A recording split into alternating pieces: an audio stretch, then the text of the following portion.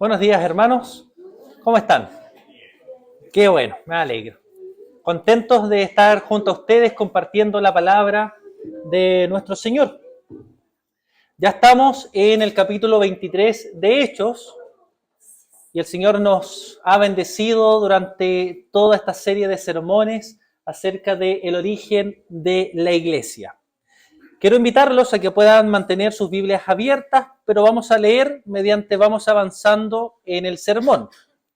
Para aquellos que gustan tomar nota, el propósito del sermón de este día es seguir confiando en nuestro Dios. Y yo sé que suena repetitivo, como algo que ustedes supieran, y es cierto, lo sabemos. Pero cuando enfrentamos las dificultades y los problemas, no es fácil confiar en la soberanía y buena voluntad de nuestro Dios. Por eso es de vital importancia que como creyentes, como cristianos, constantemente estemos predicándonos a nosotros mismos a seguir confiando en nuestro Dios. Por eso el tema lleva por título Enfrentando las dificultades. Y aquí puede haber una pregunta. ¿Cómo enfrentamos las dificultades? Y vamos a ver tres premisas. Enfrentamos las dificultades bajo la soberanía de Dios en la persecución. Enfrentamos las dificultades bajo las implicaciones de la resurrección. Y enfrentamos las dificultades bajo la providencia de Dios en la predicación de la palabra de nuestro Señor. Vamos a nuestro primer punto. Y para esto vamos a leer los primeros 5 versículos del capítulo 23 de Hechos. Les voy a pedir que los leamos juntos. Dice así: Entonces Pablo, mirando fijamente al concilio, dijo: Varones hermanos, yo con toda buena conciencia he vivido delante de Dios hasta el día de hoy. El sumo sacerdote Ananías ordenó entonces a los que estaban junto a él que le golpeasen en la boca. Entonces Pablo le dijo: Dios te golpeará a ti, pared blanqueada. ¿Estás tú sentado para juzgarme conforme a la ley y quebrantando la ley me mandas a golpear?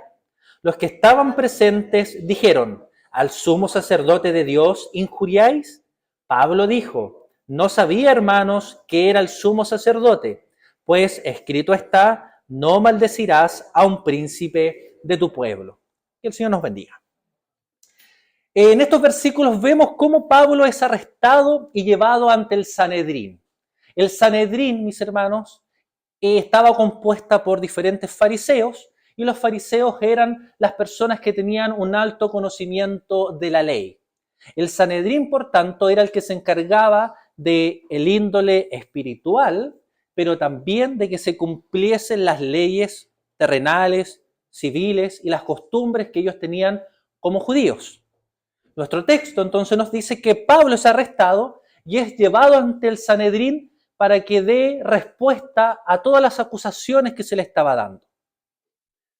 Sin embargo, mis hermanos, en medio de la persecución, Pablo entendió que Dios estaba soberanamente en control de su vida. Y aquí podemos recordar un texto que es bien conocido por el mundo cristiano, Romanos 8:28. Muchos de ustedes seguramente se lo saben de memoria. ¿Qué dice este versículo? Y sabemos que a los que aman a Dios, todas las cosas les ayudan a bien. Esto es, a lo que conforme a su propósito son llamados. Esto nos demuestra, mis hermanos, que Dios está trabajando nuestra vida, incluso en medio de las dificultades, incluso en medio de las persecuciones y hostigamiento que podemos vivir como cristianos. Y aunque es un texto muy conocido, mis hermanos, es un texto que se desconoce en su contexto. ¿Qué podemos decir nosotros de este texto? Dos cosas: que tiene una implicancia futura y una implicancia presente. ¿A qué me refiero con la implicancia futura? Y aquí podemos parafrasear los que dice Pablo unos versículos antes, en el versículo 18.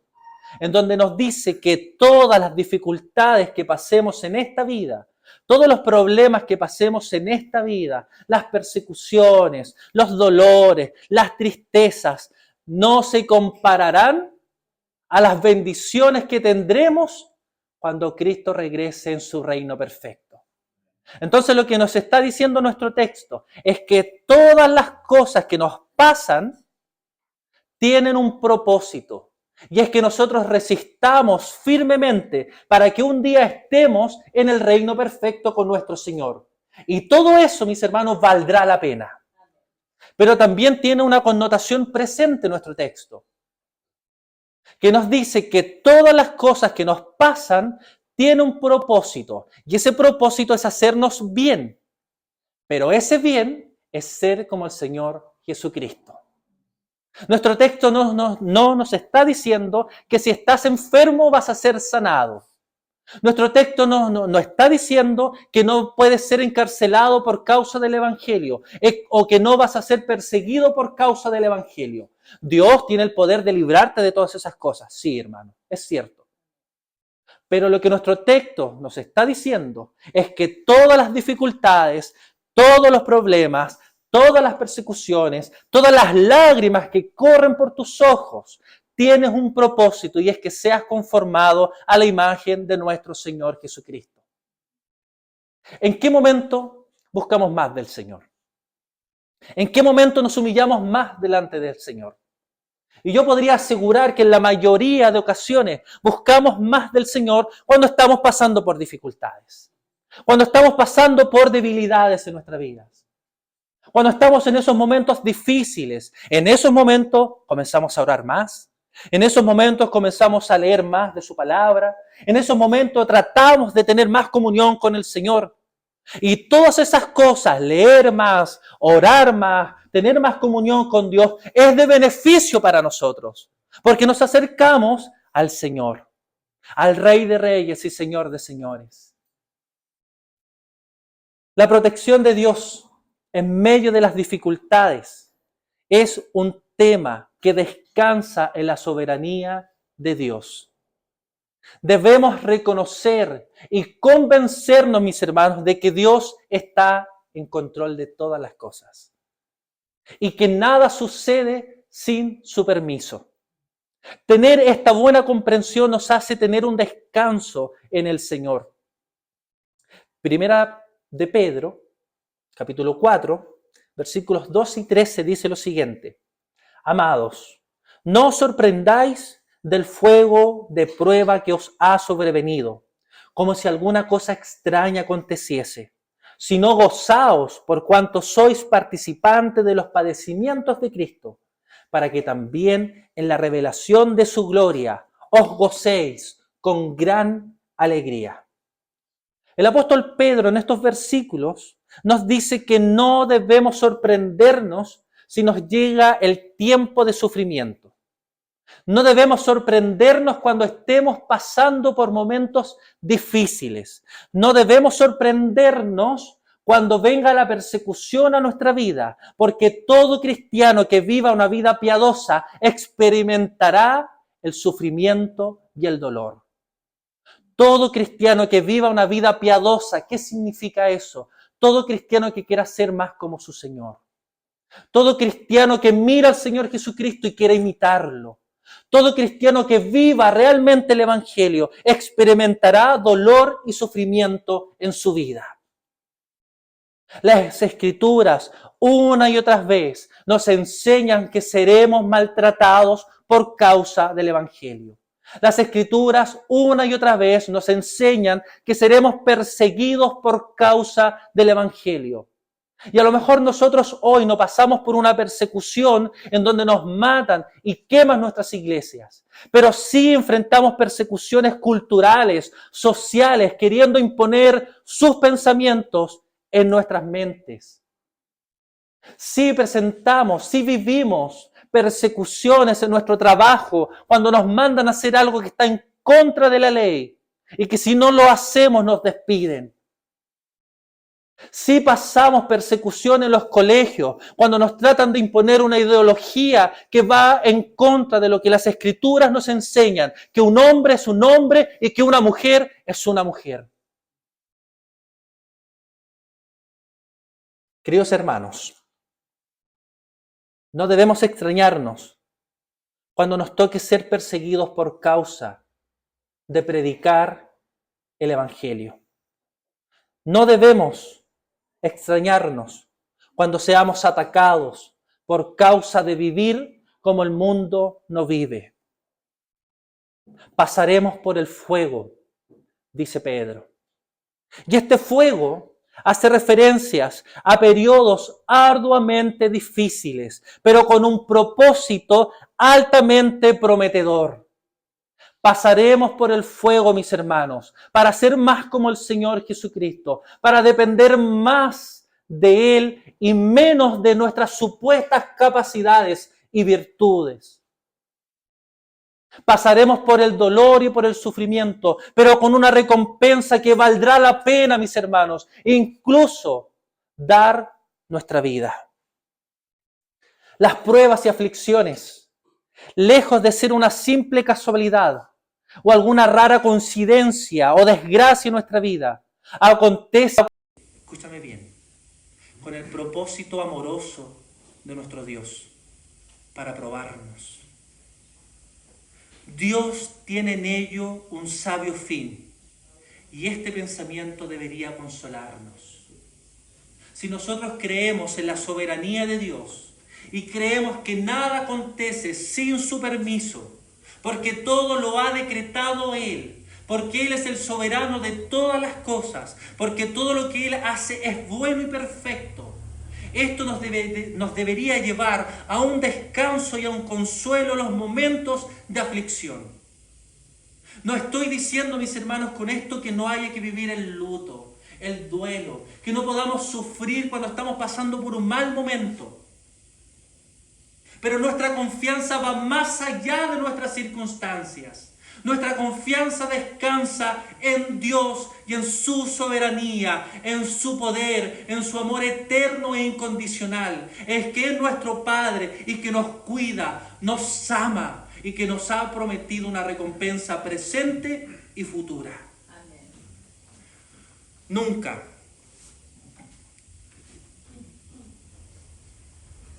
Nunca debemos negar el lugar del sufrimiento en la construcción de nuestra santidad.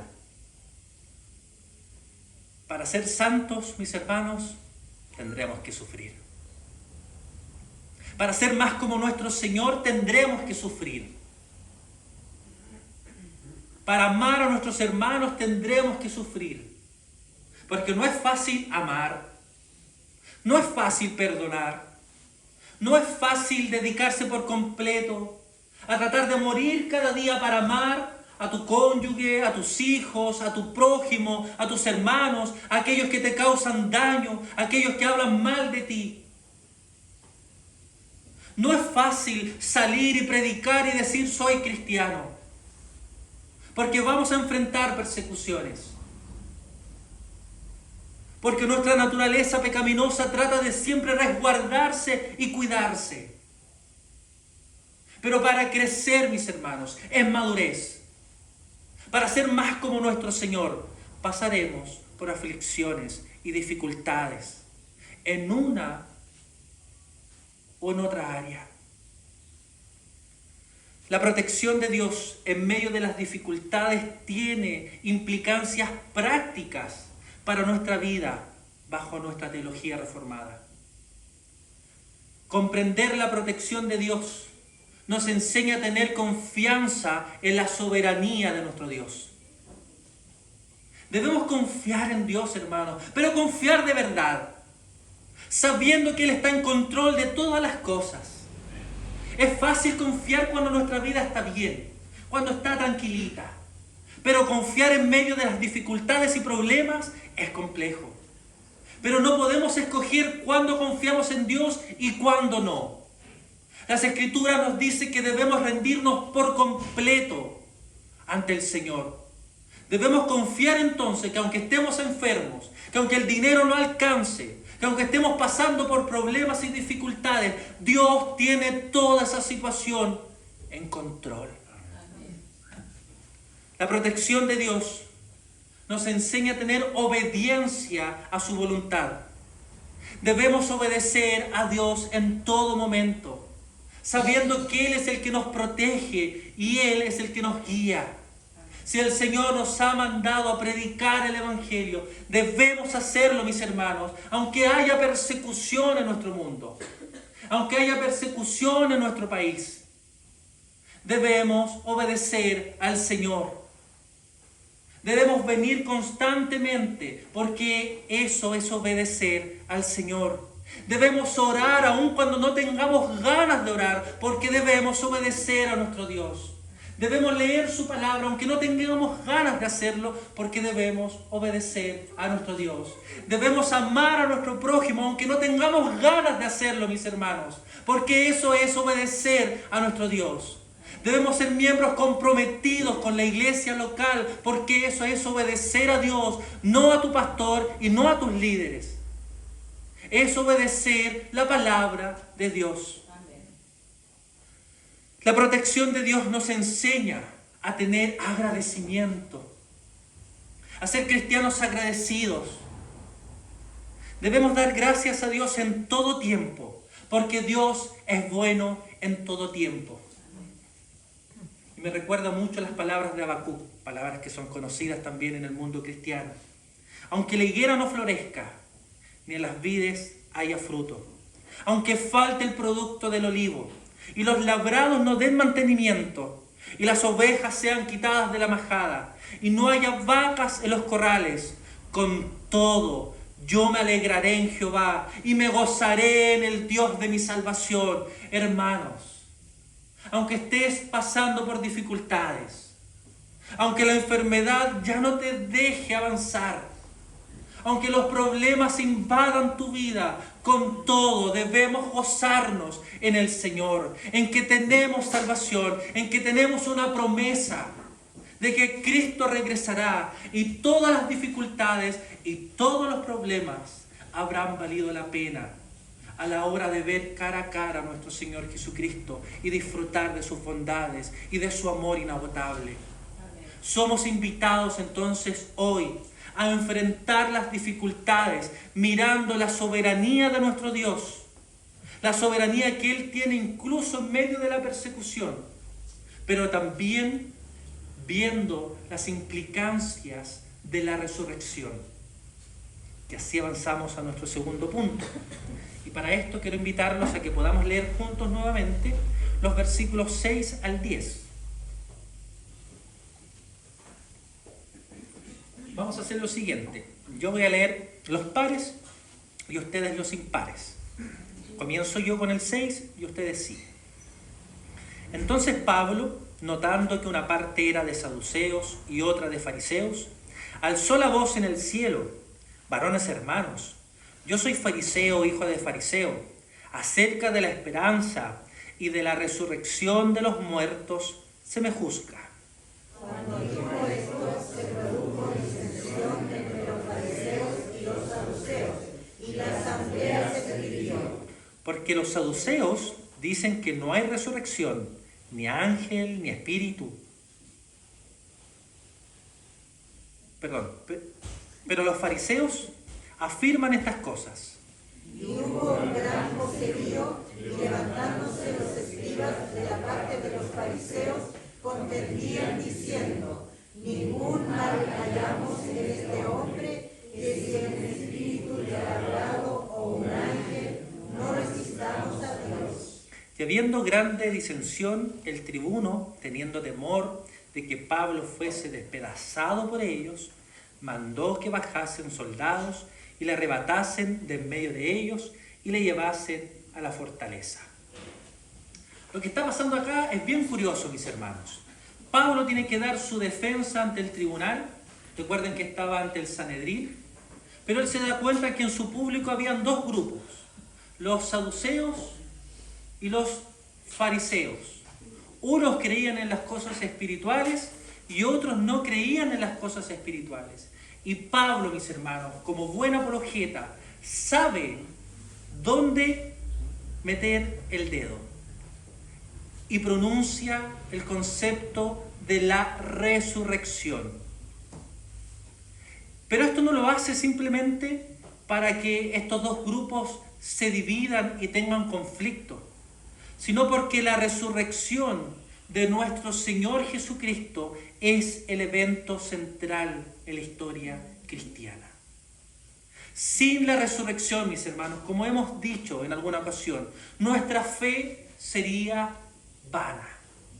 Incluso lo que dice el apóstol Pablo en 1 Corintios 15. Si realmente Cristo no ha resucitado, vana es nuestra fe. Si realmente Cristo no ha resucitado, mis hermanos, hoy estamos perdiendo el tiempo. Si realmente Cristo no ha resucitado, no tenemos para qué venir domingo tras domingo a escuchar un sermón. Si Cristo no ha resucitado, no tenemos para qué, mis hermanos, tratar de esforzarnos por vivir una vida en santidad, mortificando nuestros pecados, llamando a nuestro prójimo. Pero gracias a que la resurrección es verdadera, tenemos esperanza nosotros, su pueblo, de una vida eterna. Amén. Mis hermanos, es de suma importancia que entendamos que la resurrección es un evento histórico. No es una leyenda, no es un mito, no es un cuento de hadas.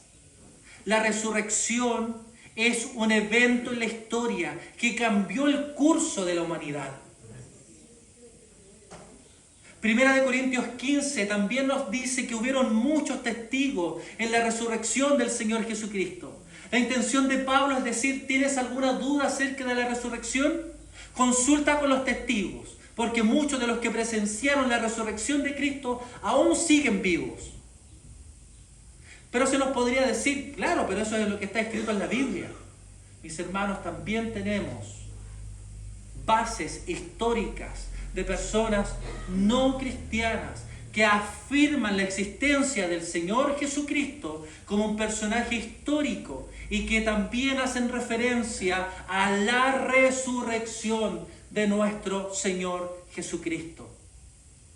Jesucristo vivió una vida perfecta, murió en la cruz, fue enterrado y al tercer día resucitó de entre los muertos, como lo indicaron las profecías del Antiguo Testamento. El Señor Jesucristo en toda su vida, incluso en su muerte, incluso en su resurrección, estaba cumpliendo con lo que las Escrituras dijeron desde el comienzo. Y este es el mensaje central del Evangelio. Este es el mensaje central del Evangelio, mis hermanos. Creer que Jesucristo vivió una vida perfecta. Creer que Jesucristo cargó con nuestros pecados. Creer que Jesucristo satisfizo la ira de un Dios santo y justo. Y creer que debido a que el pago fue satisfactorio, Dios lo resucitó de entre los muertos y nos entrega la victoria y la esperanza, mis hermanos, de que un día regresará por nosotros. Amén. La resurrección demuestra el poder de Dios en la muerte. Jesucristo venció la muerte. Jesucristo venció la muerte, mis hermanos. La resurrección demuestra la victoria de Jesucristo sobre el pecado. El pecado ya no es nuestro Señor. El pecado ya no es nuestro amo, nuestro soberano, porque Jesucristo derrotó el pecado, porque pagó por todos nuestros pecados de una manera que satisfizo, mis hermanos, la justicia de Dios perfectamente. Por eso es que no tiene sentido creer que Jesucristo murió por nosotros y pensar que la salvación se pierde después. Porque el pago del Señor Jesucristo fue perfecto. Fue perfecto. Descansa entonces en que Cristo es Señor sobre todo, que Cristo venció la muerte, que Cristo venció el pecado y que gracias a que Él resucitó, tenemos una garantía de que nosotros también resucitaremos en el día postrero. En la resurrección, mis hermanos, vemos el amor y la justicia de Dios. Vemos justicia porque Dios, Jesucristo, muere. Vemos poder porque resucita, siendo ahora Señor sobre todo, Rey sobre todas las cosas. Jesucristo, mis hermanos, murió y resucitó para darnos a nosotros vida eterna. Vida eterna. La resurrección y el convencimiento de esto también tiene implicaciones para nuestra vida diaria. Gracias a la resurrección podemos vivir con esperanza y con propósito. ¿Te has dado cuenta que una de las preguntas que siempre se ha hecho a la humanidad es ¿quién soy? ¿A dónde voy? ¿De dónde vengo? ¿Cuál es mi propósito en este mundo? Y muchos buscan su propósito en este mundo en diferentes cosas. Y la Escritura es clara, mis hermanos. Nuestro propósito es amar al Señor con todo nuestro corazón, con toda nuestra mente, con todas nuestras fuerzas. Nuestro propósito en esta vida, fuimos creados para adorar a nuestro Dios. Por eso no vas a encontrar satisfacción si no adoras a tu Señor. No vas a encontrar el propósito de tu vida si alejas al Señor de tu vida. Si Dios no está en tu vida, tienes un vacío que nada ni nadie lo va a poder llenar. El único que puede darle sentido a tu vida es tu Creador, el Señor Todopoderoso. Amén. Gracias a la resurrección tenemos esperanza, mis hermanos. Esperanza. Que esta vida no es la vida eterna. Que esta vida presente no es la vida que va a permanecer durante toda la eternidad. Tenemos una esperanza maravillosa, mis hermanos, y es que el Señor está con nosotros en este mundo, pero que no somos de este mundo, que nosotros estamos esperando la venida del Mesías como Señor en plenitud, para que establezca su reino perfecto. Tenemos una esperanza maravillosa, mis hermanos, y es que el pecado será destruido en su totalidad, que ya no habrá más tristeza ni dolor. Tenemos una esperanza maravillosa, mis hermanos, y es que podremos estar con el Creador de todas las cosas y disfrutar de su presencia. Si eso no hace que tu corazón se llene de alegría y corran lágrimas por tus ojos, por el gozo, no sé qué va a llenar tu corazón de alegría y de gozo. Gracias a la resurrección podemos amar y servir a los demás como Jesucristo nos ama y sirve a su iglesia. Gracias a la resurrección podemos amar a nuestro prójimo y servir a nuestro prójimo. ¿Por qué, mis hermanos? Porque si nosotros entendemos que la resurrección sí existió, que sí es verdadera, que tenemos una esperanza, eso provocará en nuestro corazón alegría. Y cuando provoca alegría, podemos amar a nuestro prójimo. Podemos servir a nuestro prójimo. Podemos hacer cosas para darle esperanza a aquel que está en necesidad. Por eso, mis hermanos, la iglesia, nosotros como creyentes, hemos practicado el ropero solidario, el comedor solidario, tratando de entregarle bienestar a los demás. Pero eso no lo hacemos simplemente para que nuestra iglesia sea reconocida en medio de San Carlos. Lo hacemos porque tenemos alegría en nuestro corazón, porque queremos expresar el amor de Dios a través de cosas tangibles, físicas, que demuestren a los demás que tenemos tanto amor y gozo, que estamos tan agradecidos del Señor, que queremos entregar de lo que hemos recibido, el amor de Dios para ellos también.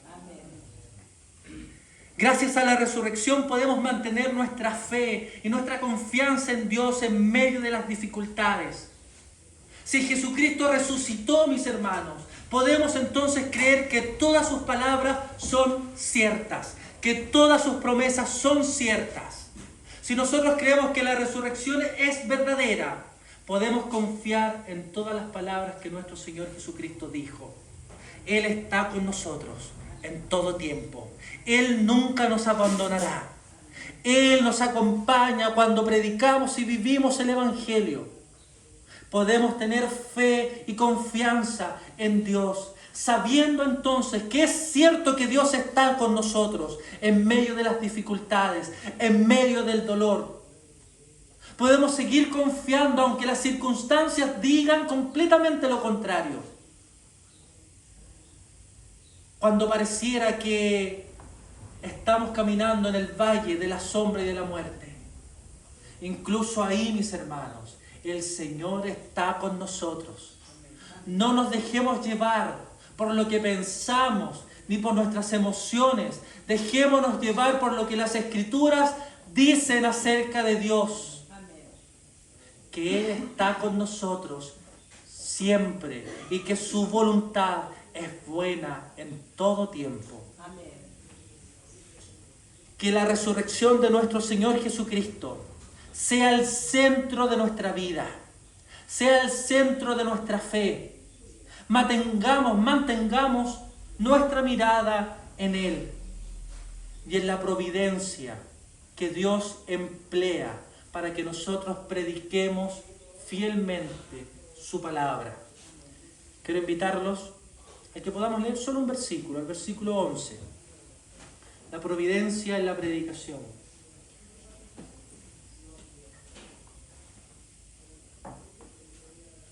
Dice así: a la noche siguiente se le presentó el Señor y le dijo: ten ánimo, Pablo, pues como has testificado de mí en Jerusalén, así es necesario que testifiques también en Roma. En Mateo 28, un texto que hemos repetido incansablemente en esta serie de sermones, el Señor Jesucristo nos dice: vayan y hagan discípulos de todas las naciones. Y esto, mis hermanos, debería bastarnos para que nosotros cumplamos con su propósito, para que nosotros cumplamos con su mandato. Porque es un mandato claro de parte de nuestro Señor, para que prediquemos el Evangelio a todos.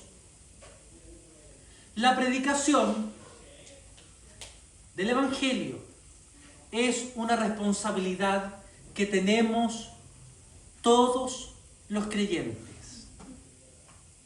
Lo voy a repetir. La responsabilidad de la predicación es algo que debemos hacer todos los creyentes.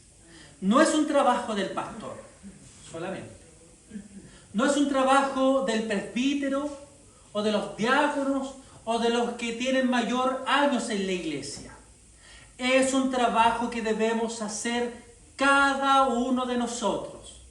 Es decir, todos aquellos que han confesado que Jesucristo es Señor y Salvador, tienen la obligación, no la invitación, tienen la obligación de predicar el Evangelio. Si tú no estás predicando el Evangelio, estás desobedeciendo a Dios. Amén.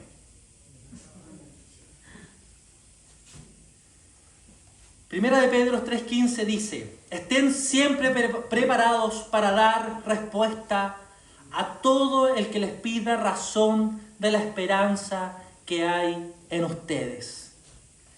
El texto no dice que los pastores y líderes estén preparados para dar defensa de su fe. El texto no dice que aquellos que llevan 5 años o más en el Evangelio estén preparados para dar defensa de su fe. El texto dice a la iglesia: estén preparados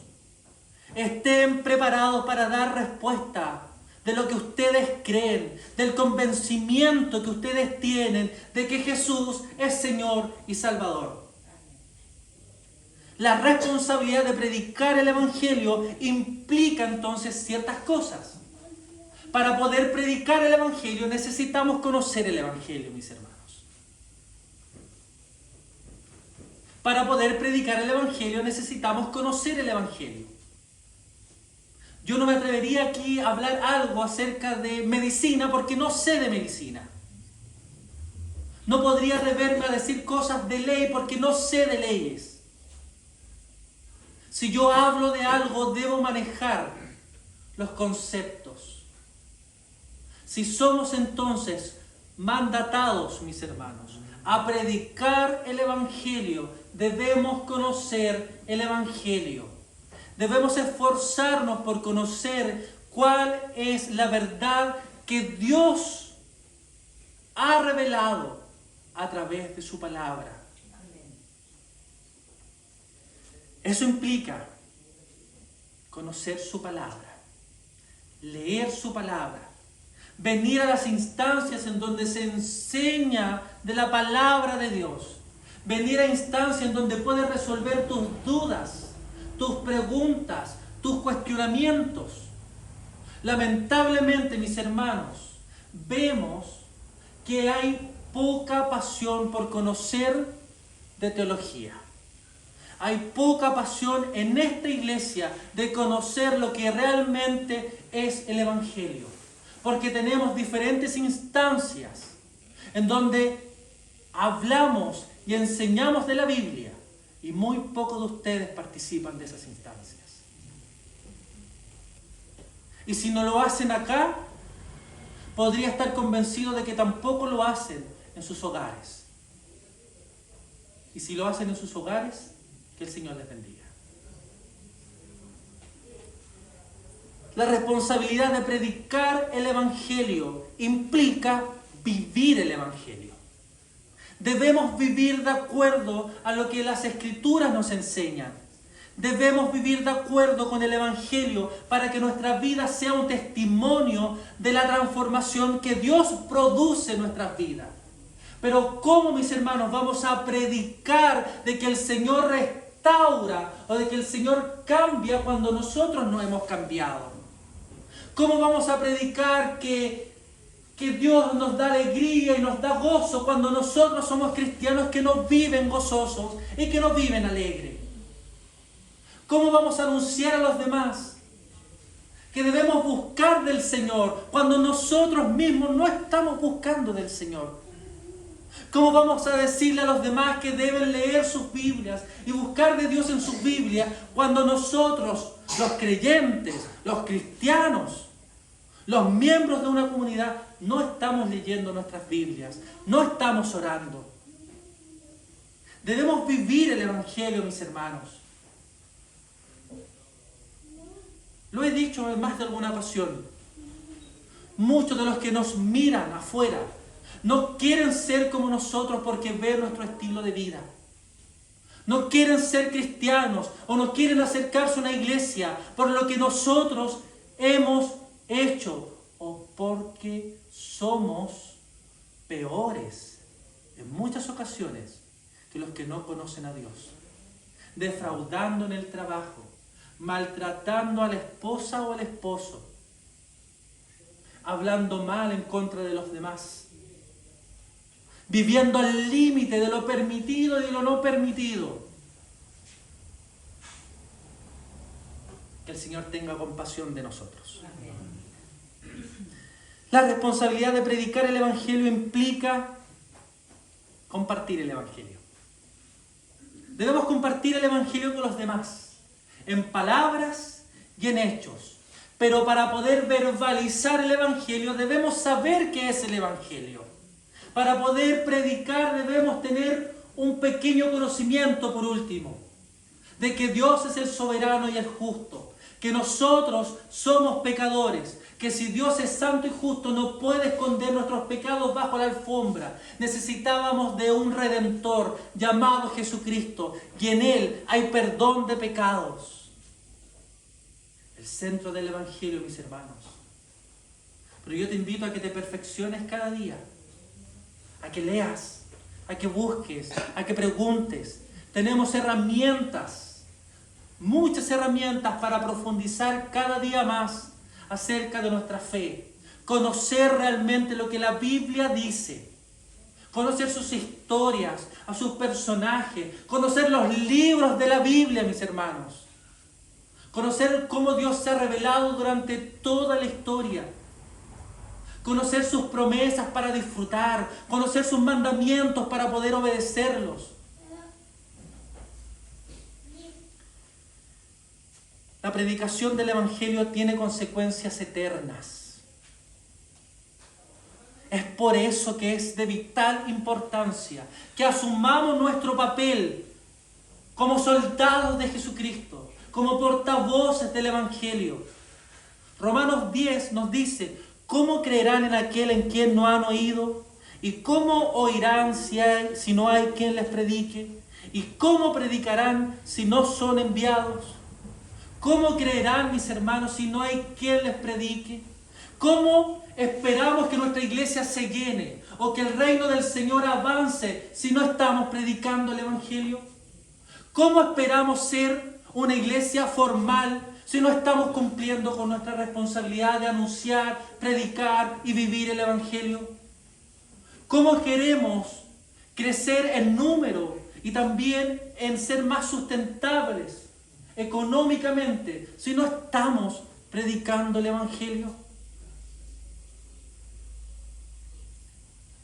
Creer en la predestinación, que es la creencia de que Dios escoge a sus hijos desde antes de la fundación del mundo, no es para que nosotros estemos sentados en nuestra banca esperando que la gente llegue solita.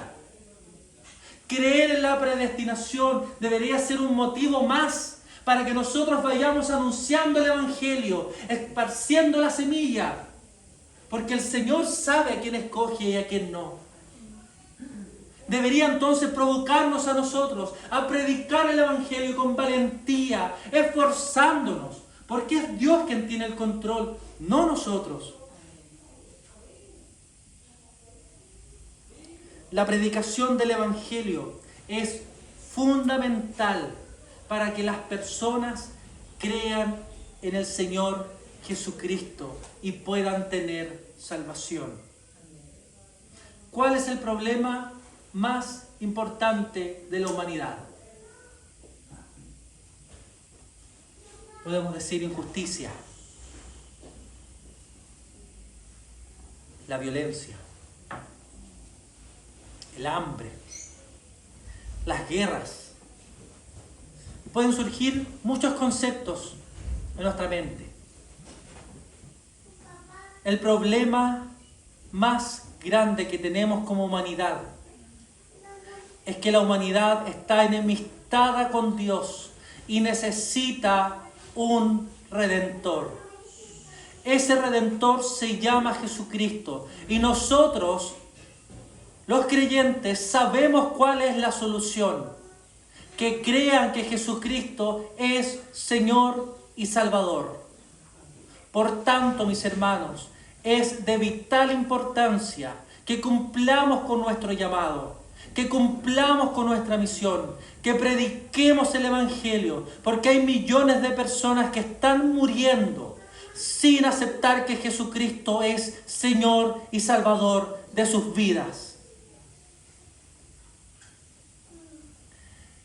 Además, mis hermanos, la predicación del Evangelio tiene beneficios para nosotros mismos. En segunda carta a Timoteo, capítulo 4, versículos 2, dice: predica la palabra, insiste a tiempo y fuera de tiempo, reprende, reprueba, exhorta con toda paciencia y doctrina. Nosotros escuchamos un sermón domingo tras domingo, sermón que nos alienta a confiar más en el Señor, pero también un sermón que nos llama al arrepentimiento, que debería hacernos incomodar de nuestra vida, incomodar a la comodidad que estamos practicando. Y cuando somos incomodados y cuando realmente viene arrepentimiento en nuestra vida, tenemos beneficio, porque nos acercamos más al Señor. Por eso es importante que nunca demos por sentado la predicación a nosotros mismos. Aunque nosotros ya hemos aceptado que Jesús es nuestro Señor y nuestro Salvador, debemos predicarnos constantemente. Por eso somos llamados a seguir confiando en la soberanía de Dios y en que todo lo que Él hace es perfecto y bueno. Por eso somos invitados constantemente a arrepentirnos de nuestros pecados, a amarnos entre nosotros mismos. Y cada vez que escuchamos eso, tenemos beneficios, que es sentir el amor de Dios, la compañía de nuestro Dios y el amor fraterno en el sacrificio que hacemos como comunidad.